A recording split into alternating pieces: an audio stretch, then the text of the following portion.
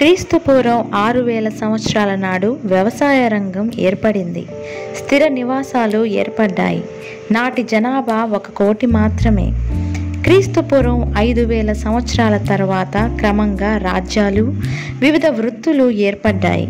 నేడు మనం చూస్తున్న ఈ మహత్తర విజ్ఞానం అంతా గత 7000 సంవత్సరాల నుండే సాధింపబడింది. మనం నివసించే భూమిపై 5 కోట్ల చదరపు మైళ్ళు. ఇప్పుడు 195 దేశాలు ఉన్నాయి. ప్రపంచ జనాభా 810 కోట్లు. ప్రపంచంలో 3000 జాతులు ఉన్నాయి. కానీ వీటిలో 300 జాతులు మాత్రమే ముఖ్యమైనవి. మిగతా జాతులు చాలా చిన్నవి. ఈ జాతుల జనాభా 30 కోట్లకు మించి 3000 భాషలలోనూ 1500 భాషలకు మాత్రమే వ్రాయడానికి లిపులు ఉన్నాయి.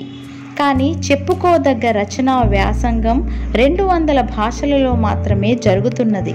ప్రపంచంలో 500 మతాలు ఉన్నాయి. కానీ వాటిలో 10 మతాలు మాత్రమే ముఖ్యమైనవి. భారతదేశంలో హిందూ మతంలో తప్ప ప్రపంచంలో మరే మతంలో కానీ, జాతిలో కానీ, దేశంలో కానీ కులాలు అనేవి లేవు. భారతదేశంలోని 110 కోట్ల హిందూ మతస్థులు 3000 కులాలుగా చీలి ఉన్నారు.